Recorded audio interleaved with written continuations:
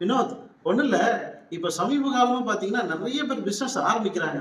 ஆனா ஆரம்பிச்ச வேகத்திலேயே பார்த்தீங்க அப்டின்னா, பிசினஸ் லாஸ் ஆயிடுச்சு அப்டின்னு குளோஸ் பண்றாங்க. இந்த லாஸ் ஏன் ஆகுது? பிசினஸ் லாஸ் ஆவதுக்கு முதல் காரணம் என்ன தெரியுமா? இன்கம் வரல தான். இன்கம் ஏன் வரல? மார்க்கெட்டிங் பண்ணியிருக்க மாட்டீங்க. மார்க்கெட்டிங் ஏன் பண்ணல? தெரியல. அதுக்கப்புறம் பார்த்தீங்கன்னா சேல்ஸ். ஸோ நெறைய பேருக்கு லீட் எல்லாம் வந்துரும். ஓகேங்களா?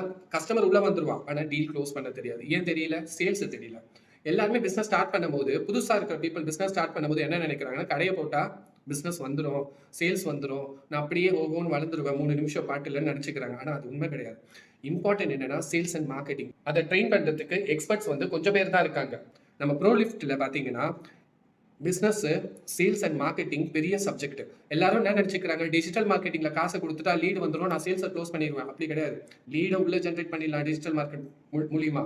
ஆனா சேல்ஸ் தெரிஞ்சாதான் க்ளோஸ் பண்ண முடியும். So sales and marketing training ஸ்ட்ராட்டஜிக்கா எப்படி ஒர்க் பண்றது, எந்த பிசினஸா இருந்தாலும் பண்ணலாம். அதுதான் நம்ம கொடுக்குற ப்ரோ லிஃப்டோட ட்ரைனிங்.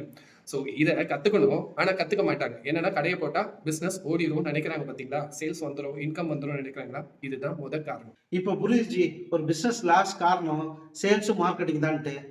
அப்போ பிசினஸ் பண்ற உங்களுக்கு இன்கம் வரலன்னு தானே ப்ராப்ளம். அப்ப எதுக்காக வெயிட் பண்றீங்க? கீழ இருக்கிற நம்பருக்கு கால் பண்ணுங்க.